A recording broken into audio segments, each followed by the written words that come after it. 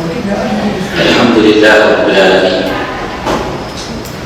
والصلاة والسلام على أشرف الأنبياء والمرسلين وعلى آله وأصحابه ومن تبعهم بإحسان إلى يوم الدين. أما بعد.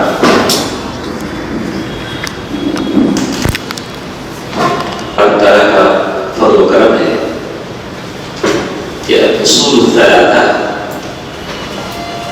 کہ یہ دروس ہم سن رہے ہیں. گزشتہ درسوں میں بات تھی کہ دین کس کو کہتے ہیں اور دین کس کو کہتے ہیں. دین کا معنی ہے اطاعت، اوبیڈینس، اور حساب مالک یوم الدین. اور دین کے کتنے مراتب ہیں؟ 3: الاسلام والایمان والاحسان. الاسلام والایمان والاحسان. تو اسلام ماشاءاللہ ہم لوگ پورا ختم کر چکے. ہم ہیں کس میں؟ ایمان میں. ایمان کے تعلق سے ہم نے کہا الایمان، ایمان کسے کہتے ہیں؟ تو کہا کہ ایمان کا اصل معنی کیا ہے؟ تصدیق. ایمان ایک عقیدہ ہے. ایمان کس کو کہتے ہیں؟ ایک عقیدے کا نام ہے. اس کے کتنے ارکان ہیں؟ 6. ایمان کے ارکان کتنے ہیں؟ 6. رکن ارکان.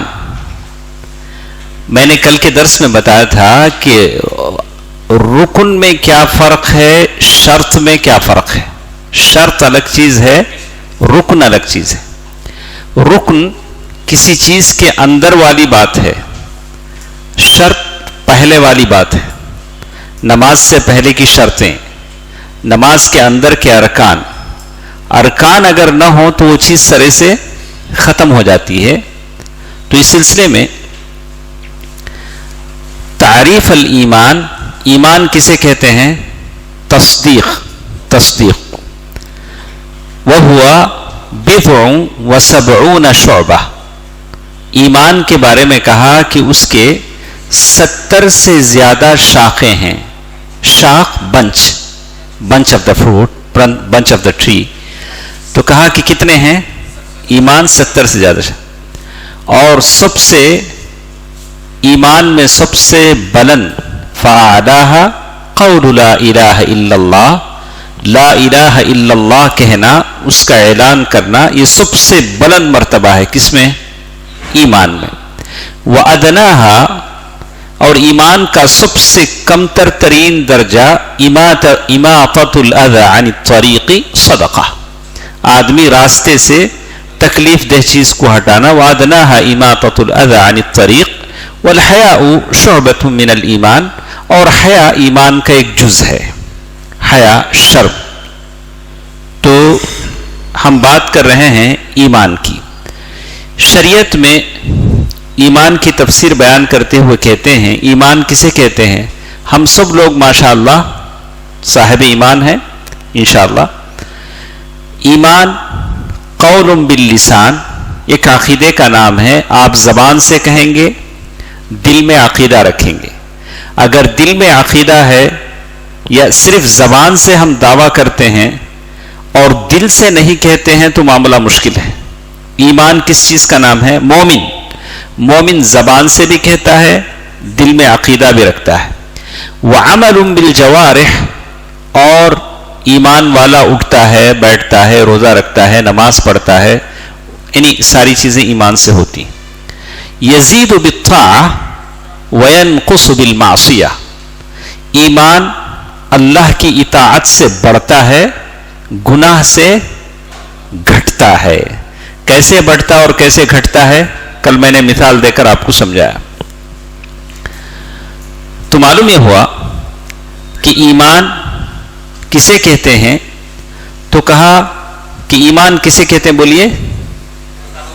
نہیں مطلب آپ مومن ہیں. ہاں کیسے معلوم ہوگا کہ آپ مومن ہیں؟ آپ زبان سے کہیں.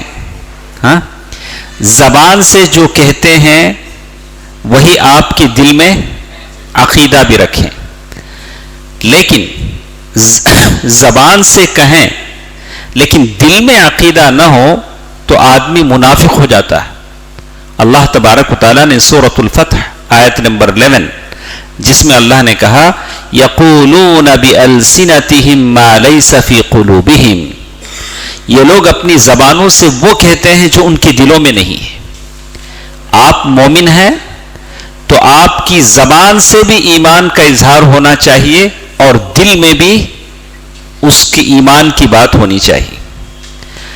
ٹھیک ہے، ایک آدمی زبان سے بھی بولتا ہے کہ میں مومن ہوں، کلمہ پڑھتا ہے، دل میں بھی عقیدہ ہے، لیکن نماز نہیں پڑھتا ہے، روزے نہیں رکھتا ہے، حج نہیں کرتا ہے. ایسے بہت سارے لوگ ہیں.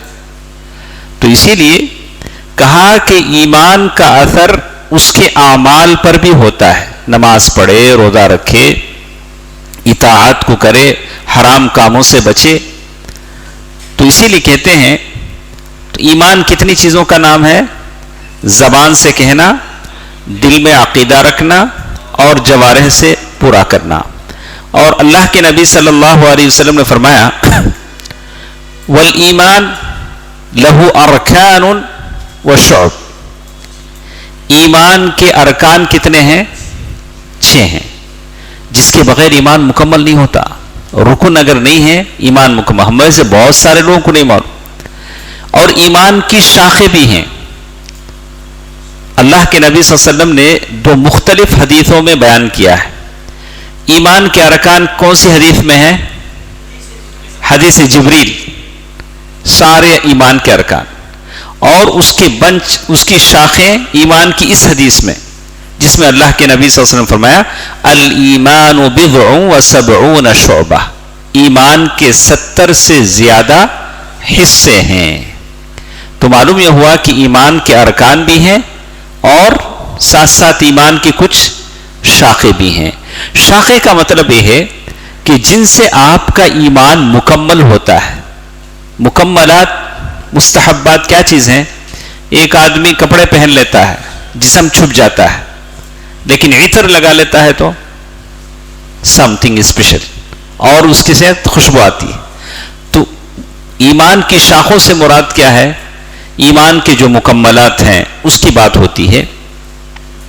تو اسی طرح آتا ہے ایک فرق آپ لکھیں، اسلام اور ایمان میں کیا فرق ہے؟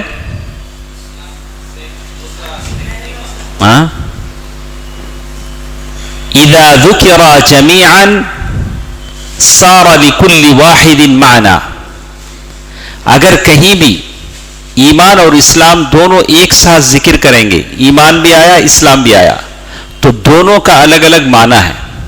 ہاں نمبر 1 پہلا فرق یہ ہے کہ ٹیکسٹ میں ایک ساتھ ایمان اور اسلام دونوں مل کر آئیں گے تو دونوں کا الگ الگ معنی شمار ہوگا. اگر صرف ایمان یا صرف اسلام آئے گا تو اس میں دونوں معنی پائے جائیں گے. اسلام میں ایمان بھی ہوگا، ایمان میں اسلام بھی ہوگا. ایک اگر آئے گا، دونوں ایک ساتھ ذکر کریں گے تو دونوں کا معنی الگ الگ شمار ہوگا. سمجھ میں آیا آپ کو؟ تھوڑا سا فرق. اسی طرح اسلام کے ارکان کتنے ہیں؟ 5.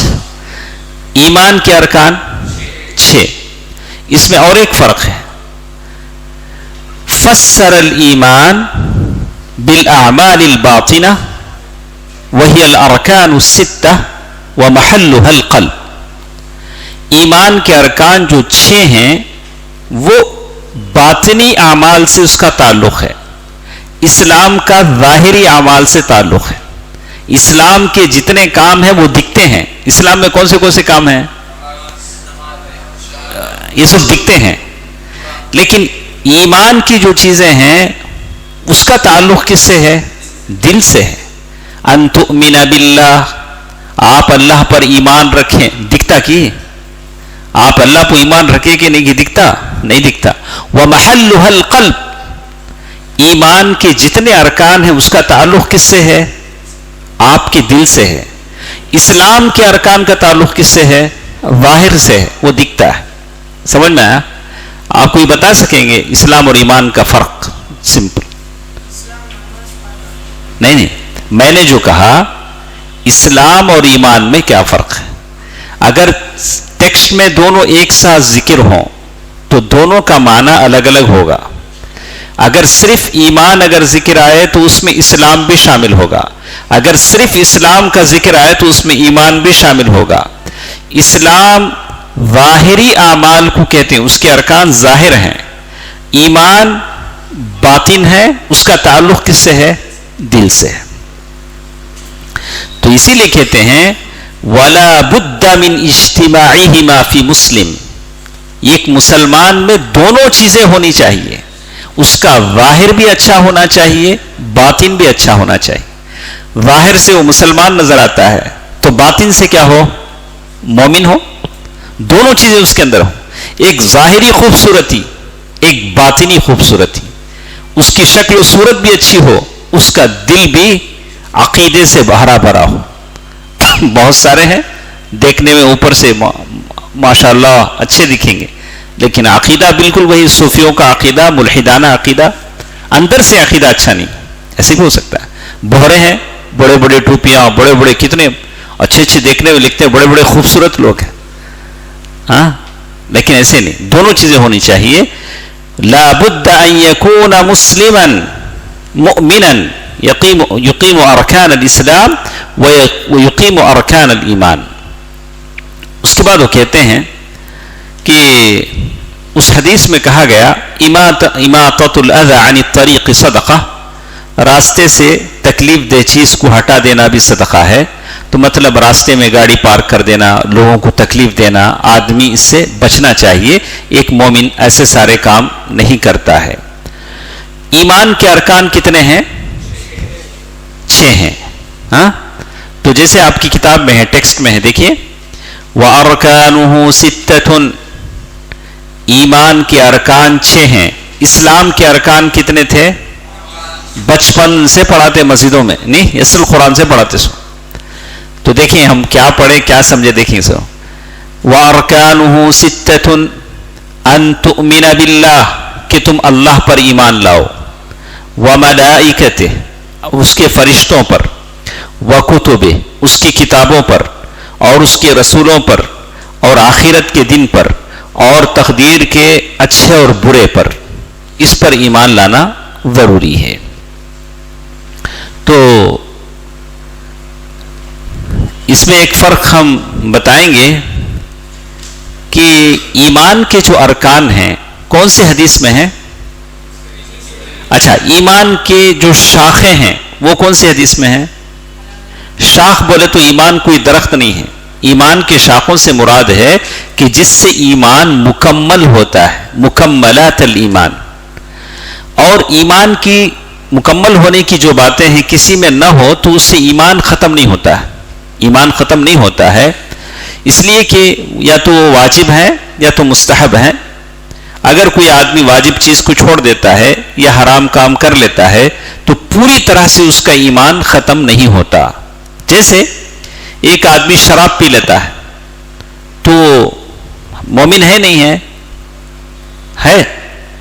لا یزنی، کہا کہ ناقص الایمان، اس کا ایمان کیا ہے؟ کم ہو گیا. یا تو وہ آدمی فاسق ہو گیا. کیا ہو گیا؟ فاسق ہو گیا. جیسے کہا لو شرب الخمر، شراب پی لیا، یا کوئی چوری کر لیا، یا زنا کر لیا، والعیاذ باللہ، بڑے بڑے گناہوں میں سے ہو گیا. تو اس نے حرام کام کیا، گناہ کبیرہ کیا، لیکن کافر نہیں ہوا.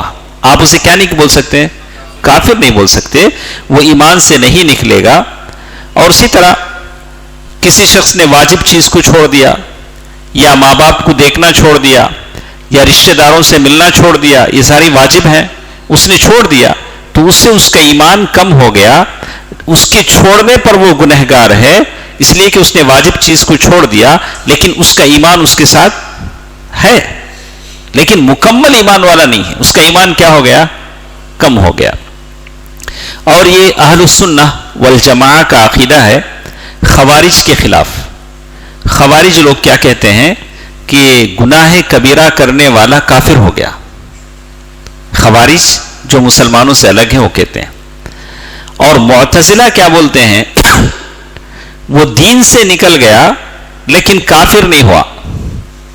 یہ معتزلہ کا عقیدہ ہے. دین سے تو نکل گیا لیکن کیا نہیں ہوا؟ ہوا بین المنزلتین، ادھر بھی نہیں ادھر بھی نہیں. کہاں کھڑا انہیں؟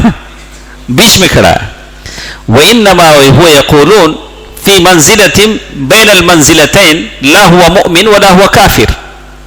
انہیں مومن بھی نہیں کافر بھی نہیں. کہاں گیا سنیں؟ یہ کس کا عقیدہ؟ معتزلہ کا عقیدہ. ہم اہل السنہ والجماعہ بولتے ہیں کہ نہیں، گناہ کبیرہ کا مرتکب ہے، اس کا ایمان نامکمل ہے، فاسق ہے، ناقص الایمان ہے، لیکن اللہ کے حوالے ہے. اللہ چاہے تو اسے معاف کر سکتا ہے. ٹھیک ہے. اور اسی طرح اور ایک چیز جو ہمارے ساتھ ہے کہ ایمان کی تعریف میں ہم نے پڑھا تھا ایمان بڑھتا اور گھٹتا ہے. نہیں ہاں نہیں، ہم لوگ بولتے ہیں ہمارے بابا جیسے مومن ہم ویسے مومن. ہمارا ایمان پرمننٹ، نہ گھٹتا نہ بڑھتا. ویسا کیا نہیں، ایمان کیا ہوتا؟ گھٹتا اور بڑھتا ہے.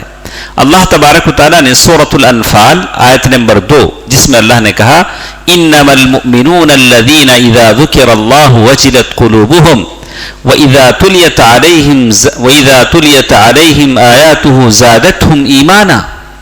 اللہ کی آیتیں جب ان پر پڑھی جاتی ہیں تو ان کا ایمان بڑھ جاتا ہے.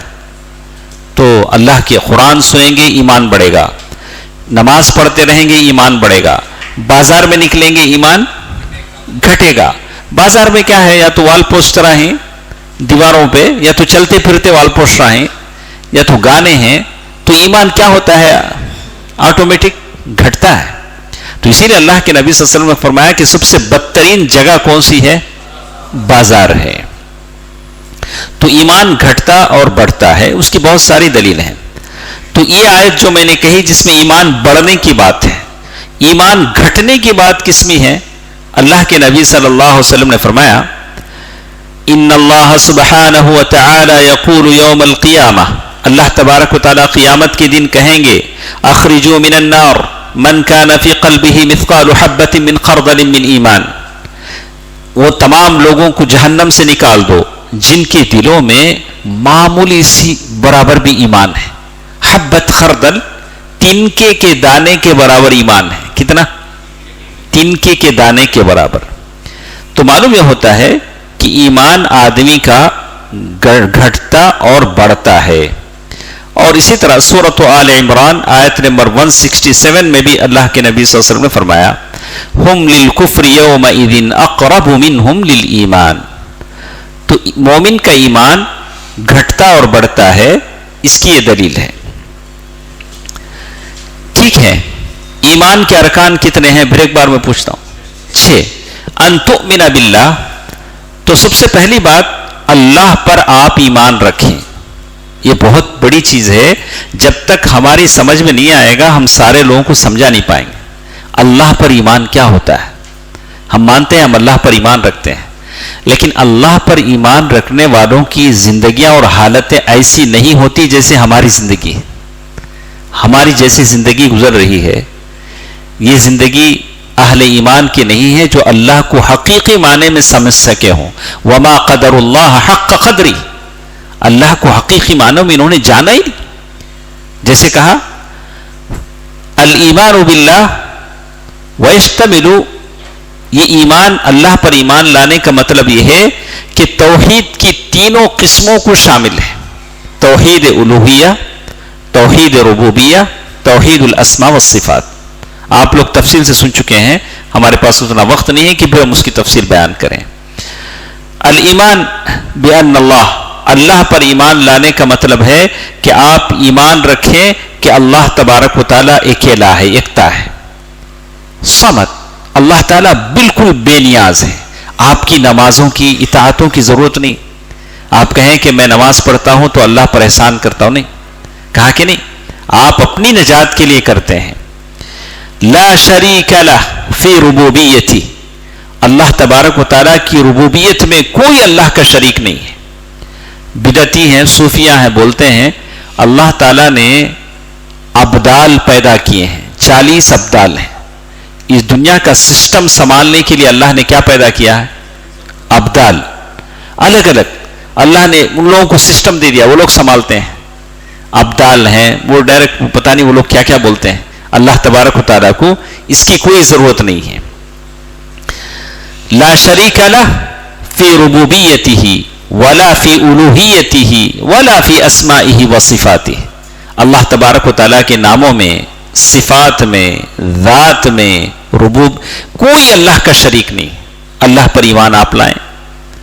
اور اسی طرح کہا الایمان بالملائکہ، اسی طرح آپ ایمان لائیں گے فرشتوں پر. اس کی بڑی تفصیل ہے. ملائکہ اللہ تعالیٰ کی ایک مخلوق ہے. آپ نے کبھی فرشتے کو دیکھا ہے؟ جن شیطان کو کسی نے دیکھا ہے؟ نہیں دیکھے. تو کہا کہ فرشتے اللہ کی مخلوق ہیں، تو اللہ تبارک و تعالیٰ نے ان کو اپنی عبادت کے لیے پیدا کیا، اور اللہ تبارک و تعالیٰ کے حکم کو لوگ نافذ کرتے ہیں، اور وہ کبھی اللہ کی نافرمانی نہیں کرتے. اور سارے فرشتوں کا الگ الگ کام ہے. کچھ فرشتے ہیں، سب سے بڑے فرشتے کون ہیں؟ جبریل علیہ السلام. اور وہ الروح الامین شدید القوی، سورۃ النجم میں اللہ تبارک و تعالیٰ نے بیان کیا. اور اسی طرح قرآن کی بہت ساری آیتیں ہیں، قل من کان عدو. یہ تو اس میں سے کچھ فرشتے ہیں جو اللہ کا عرش اٹھاتے ہیں. کیا اٹھاتے ہیں؟ اللہ کا عرش اٹھاتے ہیں. سورۃ غافر آیت نمبر 7 الذین یحملون العرش ومن حولہ، وہ لوگ جو عرش کو اٹھاتے ہیں اور اس کے اطراف ہیں. اور اسی طرح سورۃ الحاقہ آیت نمبر 17 العرش، اللہ کے مخلوقات میں سب سے بڑا مخلوق کون سا ہے؟ اللہ نے جتنی مخلوقات پیدا کی ہیں اس میں سب سے بڑی مخلوق کون سی ہے؟ اللہ کا عرش. اللہ اکبر. اللہ تعالیٰ کا جو عرش ہے وہ سب سے بڑا ہے. وَلَا يَعْلَمُ عِظَمَهُ إِلَّا اللَّهُ عَزَّ وَجَلَّ. العرش کتنا بڑا ہے کسی کو نہیں معلوم سوائے اللہ کے. اللہ کے فرشتے اسے اٹھاتے ہیں. اب اتنے بڑے مخلوق کو اٹھانے والے فرشتے کتنے بڑے ہوں گے، کتنے طاقتور ہوں گے جو اللہ کے عرش کو اٹھاتے ہیں. سورۃ فاطر آیت نمبر 1 آپ نوٹ کر لیجئے. سورۃ فاطر آیت نمبر 1 جس میں کہا الحمد للہ فاطر السماوات والارض جاعل الملائکۃ رسلا. سورۃ فاطر کی پہلی آیت میں اللہ نے تفصیل سے بیان کیا کہ فرشتے ہیں جن کے 2 پر ہیں، 3 پر ہیں، 4 پر ہیں. یزید فی الخلق ما یشاء، یہ ساری چیزیں. اسی طرح کسی فرشتے کے 600 پر ہیں. کتنے؟ کون سے فرشتے کے؟ جبریل امین کے. کہا کہ میں نے دیکھا کہ اف پر میں نے اس فرشتے کو دیکھا کہ اس کے 600 پر تھے. بل عباد مکرمون لا یسبقونہ بالقول. اور ان میں سے کچھ فرشتے ایسے ہیں جو بارش پر مامور ہیں. اللہ تبارک و تعالیٰ حکم دیں گے کہاں کہاں بارش ہونا ہے، بارش برسانے کے لیے. کچھ فرشتے پودوں کو اگانے کے لیے. فرشتے کیا کیا کرتے ہیں؟ کچھ فرشتے ہیں جو ایک فرشتہ ہے جو سور پھونکنے پر مامور ہے. اس سور کو لیا ہوا اللہ کے اشارے کا منتظر ہے. اللہ اشارہ دیں گے تو وہ سور پھونکے گا. اللہ اکبر. وہ فرشتہ انتظار کر رہا ہے. جیسے اللہ تبارک و تعالیٰ نے سورۃ الزمر آیت نمبر 68 میں کہا وَنُفِخَ فِي الصُّورِ فَصَعِقَ مَن فِي السَّمَاوَاتِ وَمَن فِي الْأَرْضِ إِلَّا مَن شَاءَ اللَّهُ. سورۃ الزمر آیت نمبر 68. اور اسی طرح کچھ فرشتے ہیں جو روح کو قبض کرتے ہیں. کیا کرتے ہیں؟ جان نکالتے ہیں. ساری دنیا میں کتنے لوگ مرتے ہیں؟ ہاں حساب ہے. کتنے ایکسیڈنٹ ہوتے ہیں، کتنے بیمار لوگ ہسپتالوں میں مرتے ہیں. چلو جانے دو، انسان تو انسان. کتنے جانور مرتے ہیں، کتنی چونٹیاں مرتی ہیں، کتنے مچھر مرتے ہیں. ساروں کی روح کون نکالتا ہے؟ ملک الموت. موت کے فرشتے کا نام نہیں ہے. لوگ کیا بولتے ہیں؟ اسرائیل. وہ کہاں سے لائے نہیں معلوم, ہمارے پاس تو نہیں. تو اس کو کیا کہیں گے ہم؟ ملک الموت, موت کا فرشتہ. یہی صحیح ہے. تو کہا کہ امام سے پوچھا گیا کہ ملک الموت کیا مچھر اور چونٹی کی بھی جان نکالتا ہے؟ انہوں نے کہا کیا اسے جان ہے؟ کہا کہ ہاں, اللہ یتوفی الانفس, اگر اسے جان ہے تو اس کی جان بھی کون نکالتا ہے؟ ملک الموت نکالتا ہے. تو کتنی بڑی بات. تو کہتے ہیں توفتہ رسولنا وہم لا یفرطون, سورۃ الانعام آیت نمبر 61. تو معلوم یہ ہوتا ہے کہ ایک جان نکالنے والا فرشتہ ہے, اس کے ساتھ بہت سارے اس کے اور فرشتے ہیں جو جان نکالتے ہیں, وہ جان نکالنے پر مامور ہیں. اور اسی طرح کچھ فرشتے ہیں جو ماں کے پیٹ میں جو رحم میں جو نطفہ پڑتا ہے اس پر اللہ نے اسے لگایا ہے. ہر مرحلے میں فرشتہ اللہ کو پوچھتا ہے, اے اللہ یہ جو میاں بیوی ملے ہیں اس کو صرف ملاقات رکھی جائے یا اس سے کوئی اولاد پیدا ہو؟ اللہ کہتے ہیں کہ نہیں, اس سے اولاد پیدا ہونی. پھر وہ نطفہ, علقہ, مضغہ, یعنی جیسے جیسے اس کی تدریج ہوتی ہے اللہ کی اجازت سے ہوتی ہے, اس پر فرشتہ مامور ہے اللہ کی اجازت سے. بھی کہتے ہیں جب بچہ ماں کے پیٹ میں جب مکمل ہو جاتا ہے تو اس پر بھی اللہ تبارک و تعالیٰ فرشتہ بھیجتے ہیں جو اس کی ساری کیفیت کو لکھتا ہے. جیسے کہا گیا کہ ثم یرسل الیہ, یعنی پوری لمبی حدیث ہے. ایک حدیث جس کو امام بخاری نے روایت کیا ہے, اس حدیث میں ہے کہ جب بچہ ایک پہنچ جاتا ہے تو فرشتہ آ کر لکھتا ہے کہ وہ سعید ہوگا, شقی ہوگا, ساری کیفیت لکھتا ہے. تو معلوم یہ ہوتا ہے کہ بہت سارے فرشتے ہیں. آپ سڑک پر جا رہے ہوتے ہیں, اچانک بس آپ کے بازو سے جاتی, اور یہ رتی رہا تو ہو گیا تھا, بولتا یہ رتی نہیں ہو سر کا جو بچاتا ہے, کون بچاتا ہے؟ اللہ بچاتا ہے. اس کے لیے فرشتے ہیں, جانوروں سے بچانے کے لیے اور دردناک اور خطرناک چیزوں سے بچانے کے لیے اللہ کا حکم سے یہ فرشتے ہیں جو آپ کی حفاظت کرتے ہیں. یتعاقبون فیکم ملائکہ باللیل وملائکۃ بالنہار. کچھ فرشتے ہیں جو دن رات آپ کے پاس آتے جاتے ہیں, نام اعمال. اور اسی طرح وَإِنَّ عَلَيْكُمْ لَحَافِظِينَ كِرَامًا كَاتِبِينَ. اور اسی طرح کہا کچھ فرشتے ہیں جو فجر اور عصر میں جمع ہوتے ہیں اور نمازوں میں حاضر ہوتے ہیں. وَقُرْآنَ الْفَجْرِ إِنَّ قُرْآنَ الْفَجْرِ كَانَ مَشْهُودًا. تو فرشتوں کا تعلق ہمارے ماں کے رحم میں قطرے کی شکل میں پڑنے سے لے کر جسم سے جان نکلنے تک دنیا میں ہمارے ساتھ ہے.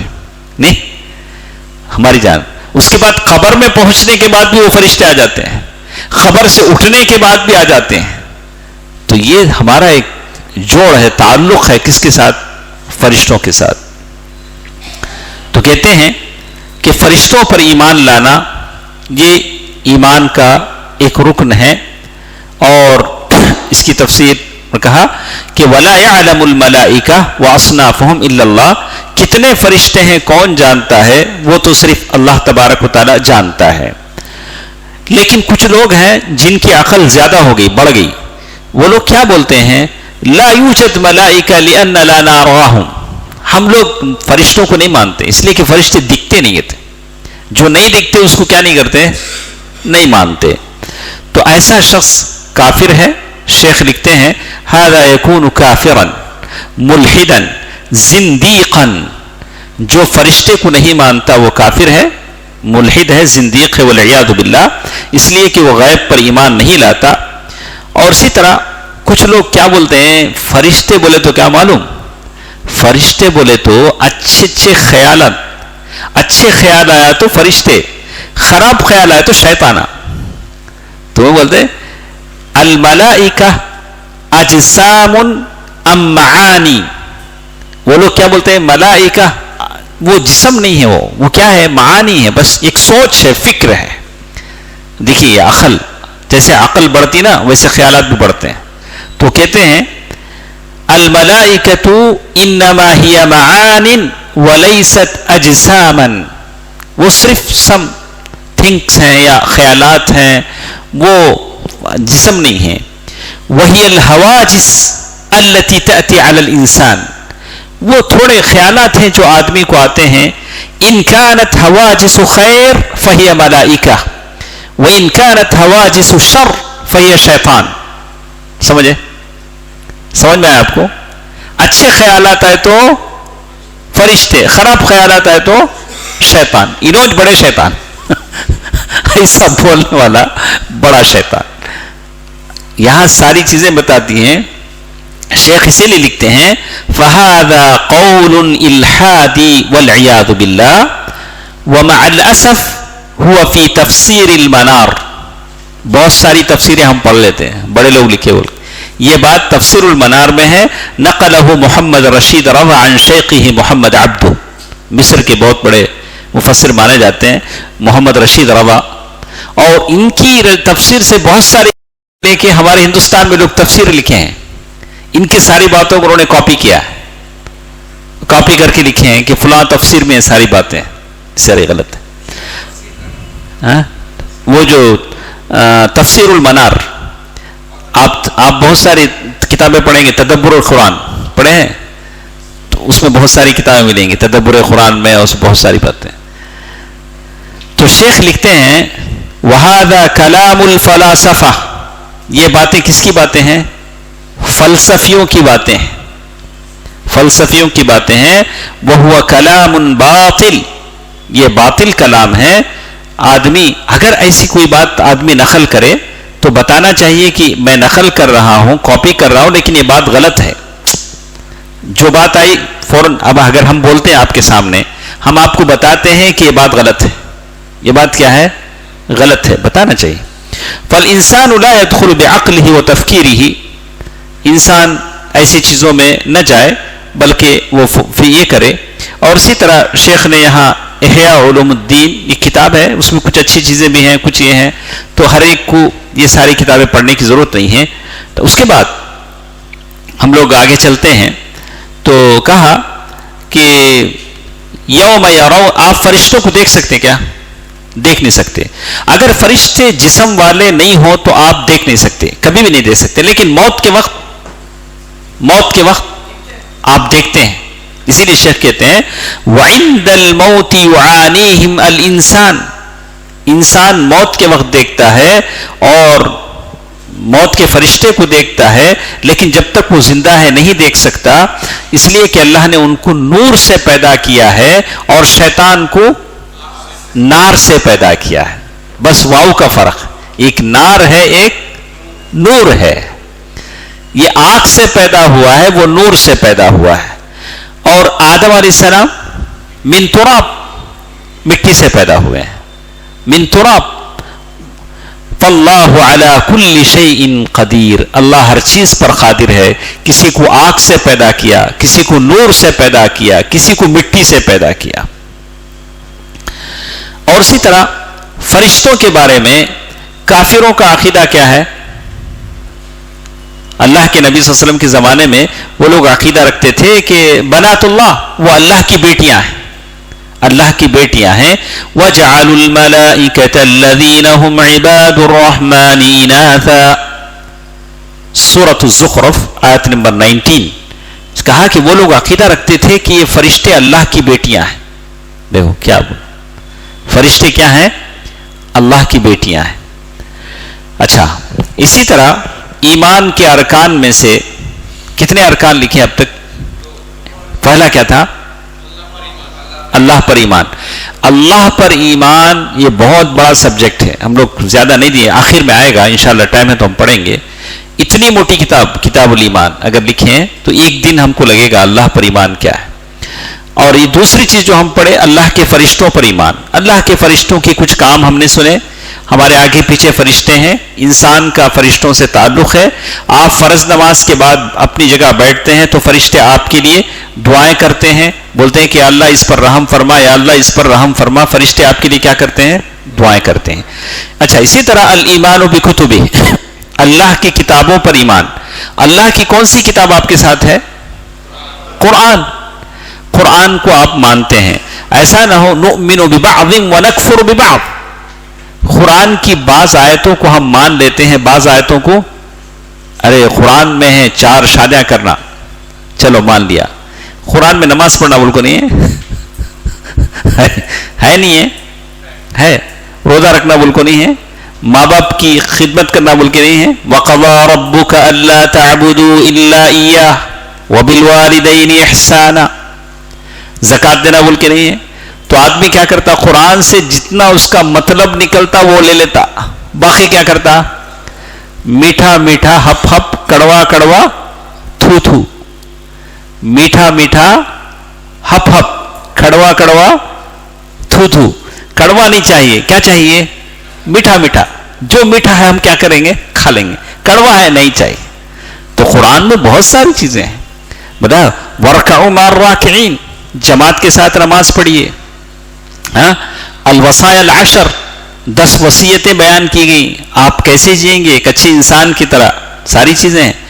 تو قرآن اللہ کی کتابوں پر ایمان لانے کا مطلب ہے کہ آپ پورے قرآن کو اپنائیں، اور ساتھ ساتھ جو اللہ تبارک و تعالیٰ کی جو کتابیں ہیں جو نازل ہوئی ہیں اس کو بھی آپ مانیں. جیسے تورات ہے، انجیل ہے، زبور ہے، قرآن عظیم ہے، صحف ابراہیم و موسیٰ. اچھی طرح سن لیجئے. والایمان بالقرآن یکون ایمانا مفصلا. آپ بچپن میں وہ ایمان مجمل ایمان مفصل پڑھے نہیں؟ 4 مینار مسجد میں پڑھاتے بچپن میں. ایمان مفصل ایمان مجمل. قرآن پر ایمان مفصل چاہیے، باقی جو کتابیں ہیں اس پر ایمان مجمل کافی ہے. زبور اللہ کی کتاب ہے، انجیل اللہ کی کتاب ہے، لیکن قرآن پر جب آئیں گے تو افلا یتدبرون القرآن ام علی قلوب اقفالها، قرآن کو پوری طریقے سے سمجھنا چاہیے.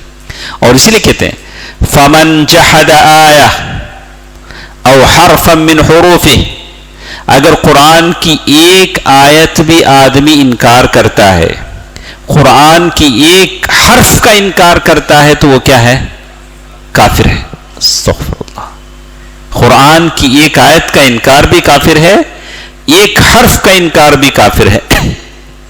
اسی طرح قرآن کی بعض آیتوں کو ماننا، بعض آیتوں کو چھوڑنا، یہ بھی آدمی کو کفر پر پہنچا دیتا ہے.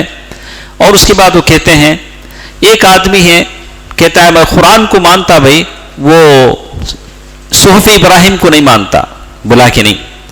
او انکر صحف ابراہیم فہو کافر، وہ بھی کافر ہو جاتا ہے. لأنه مكذب لله عز وجل ومكذب لرسله فهو كافر لأنه جحد ركنا من أركان الإيمان، ایمان کے ایک رکن کا وہ انکار کرتا ہے. تو پہلی بات اللہ پر ایمان، دوسری بات اللہ کے فرشتوں پر ایمان، تیسری بات اللہ کی کتابوں پر ایمان. اور ایک چیز ہمارے ساتھ ہے اللہ کے رسولوں پر ایمان. اللہ کے جو رسول ہیں، اللہ کے جو رسول ہیں یہ واسطہ ہیں. اللہ کے رسول کون ہیں، واسطہ ہیں بین الخلق و بین اللہ عز وجل. اللہ اور اس کے مخلوق کے بیچ میں رسول کیا ہوتے ہیں، کنیکٹر. کیا ہوتے ہیں، کنیکٹر آتا نہیں، وہ کنیکٹر. بندہ تو اللہ تعالیٰ یہ نہیں ہوتا نا، رسول کیا ہوتا ہے بتاتا ہے. کتابیں آتی ہیں، وحی آتا ہے، رسول شریعتیں لے کر آتے ہیں، بتاتے ہیں.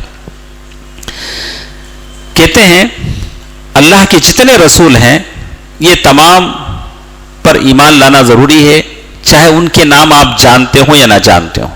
سب پر. فمن کفر بنبی واحد، ایک نبی کا بھی اگر کوئی کفر کرتا ہے تو وہ سارے نبی کی کفر کرتا ہے. سورۃ النساء آیت نمبر 150 بڑی تفصیل سے اللہ تعالیٰ نے بتایا ہے.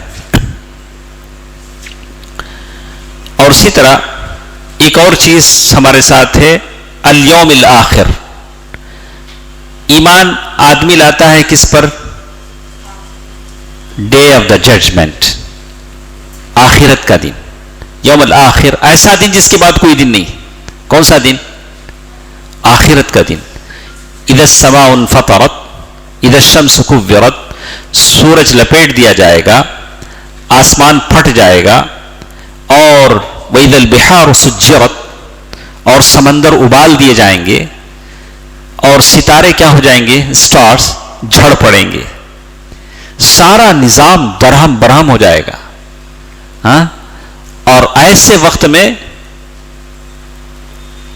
قبور سارے قبر پھٹ پڑیں گے اور سور پھونکا جائے گا، لوگ قبروں سے اٹھیں گے، جراد منتشر، ایسے قبروں سے اٹھ کر بھاگیں گے جیسے ٹڈی بھاگتے ہیں، چڈے جیسے اڑتے ہیں.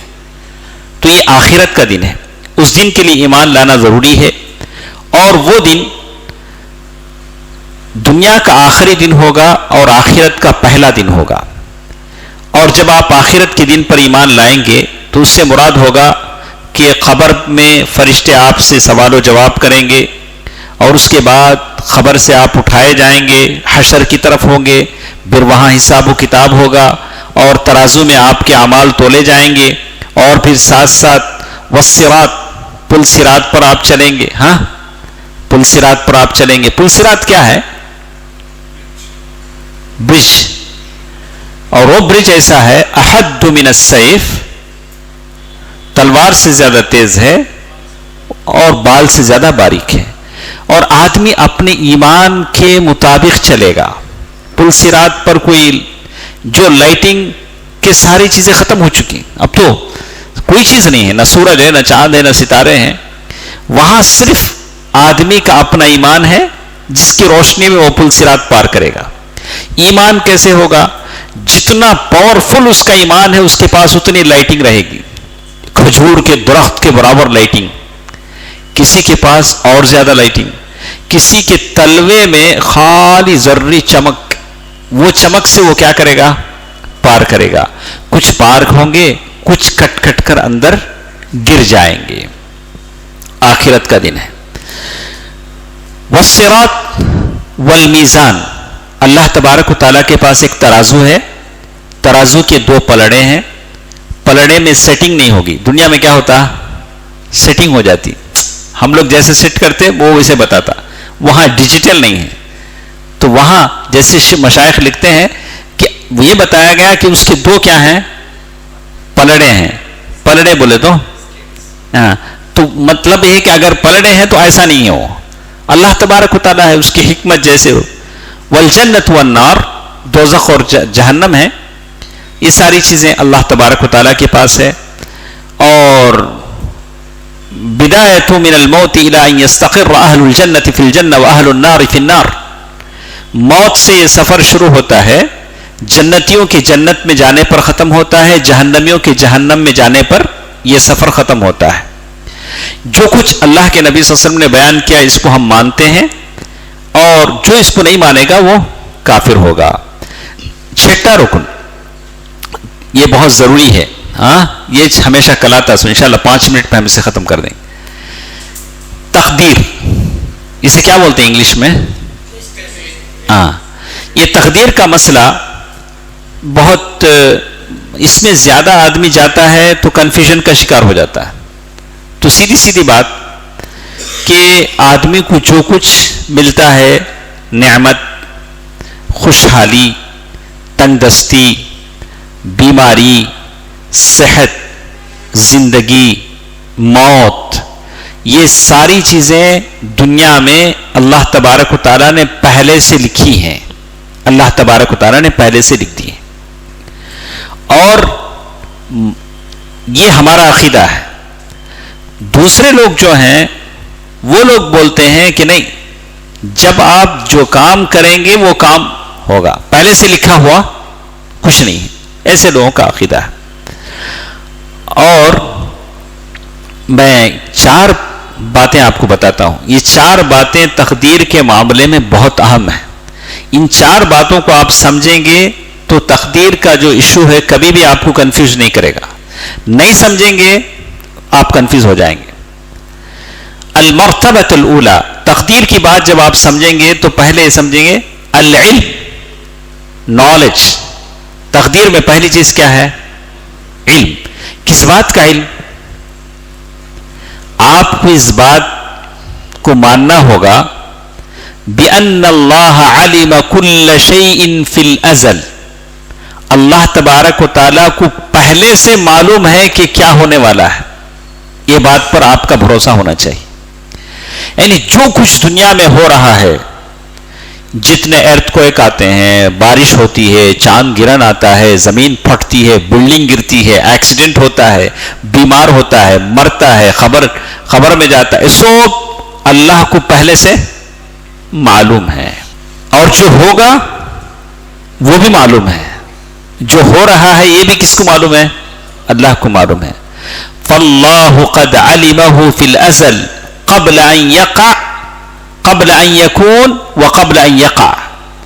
اس کے واقع ہونے سے پہلے اللہ کو معلوم ہے. اگر کوئی شخص بیمار ہوتا ہے تو اس کے بیمار ہونے سے پہلے اللہ کو معلوم ہے، اور بیمار ہو کر کیا ہوگا یہ بھی اللہ کو معلوم ہے.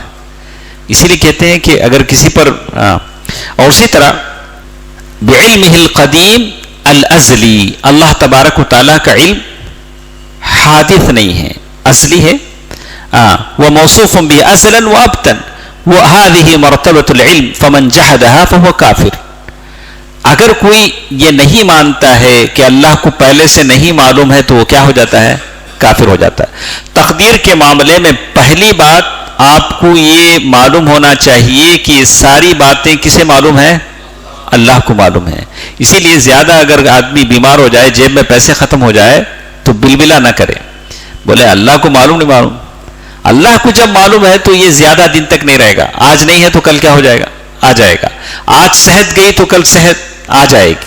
اس لیے کہ کس کے علم میں ہے؟ اللہ کو معلوم ہے میرے اوپر کیا گزر رہی ہے. ہاں. نمبر 2 مرتبۃ الکتابہ، اللہ تبارک و تعالیٰ کو معلوم ہے. معلوم ہونے کے ساتھ ساتھ اللہ نے اسے لوح محفوظ میں لکھ رکھا ہے. کس میں لکھ رکھا ہے؟ ریکارڈڈ. کس میں ریکارڈ ہے؟ لوح محفوظ میں. کتب کل شیء فی اللوح المحفوظ فیما اجری شیء الا هو مکتوب فی اللوح المحفوظ. جو کچھ بھی گزرتا ہے وہ لوح محفوظ میں، یعنی اوپر ایک مین ریکارڈ ہے اللہ کے پاس. اس ریکارڈ میں اللہ نے کیا کر دیا ہے؟ اسے لکھ دیا ہے.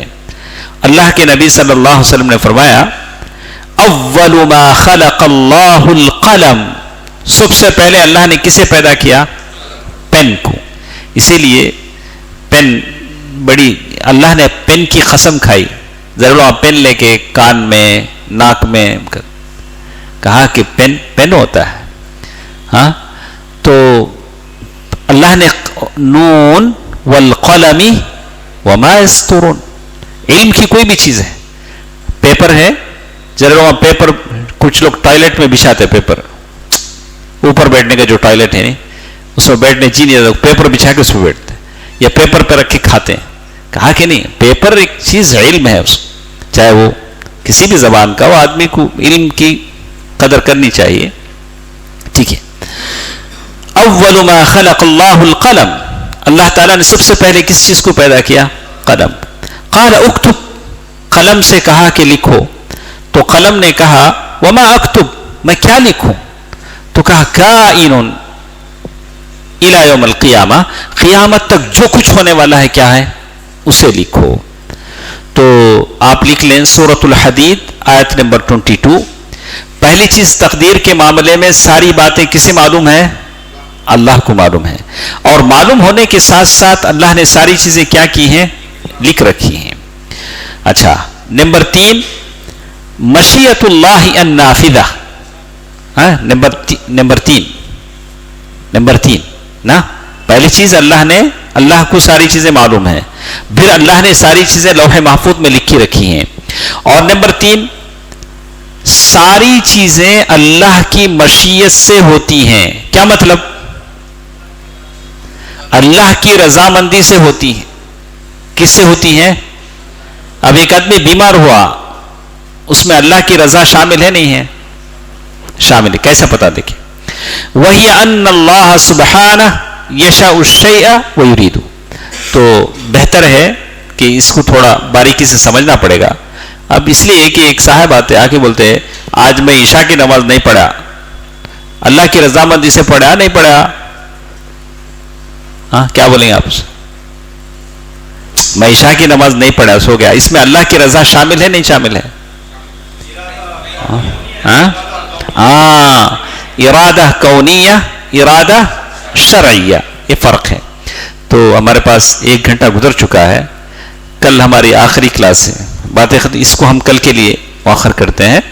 تو اس کی آخری اس لیے کہ یہ تھوڑا اس کو تھوڑا ہمارے ساتھ جو لوگ جو ان چیزوں کو نہیں جانتے، آپ تو جانتے ہیں ارادہ کونیہ ارادہ شرعیہ کیا ہے، اس کو تھوڑا فرق کے ساتھ کل کے درس میں ہم سنیں گے. اور انشاءاللہ کل ہمارا آخری درس ہوگا، تو انشاءاللہ کل ہم اس کتاب کو ختم کریں گے. تو یہ ایمان کی کچھ باتیں ہیں، ساتھ ساتھ آخری بات میرے اور آپ کے پیارے نبی محمد صلی اللہ علیہ وسلم کی زندگی کی باتیں ہیں جن کا جاننا ہمارے لیے ضروری ہے، اور شریعت ہم تک انہی کے ذریعے سے پہنچی ہے. تو انشاءاللہ کل ہماری آخری کلاس اس کتاب کی، تو اس کو ہم کل کے لیے کرتے ہیں. تو ایمان کے جو ارکان ہیں اس میں سے کیا کیا ہم نے آج کے درس میں پڑھا ہے؟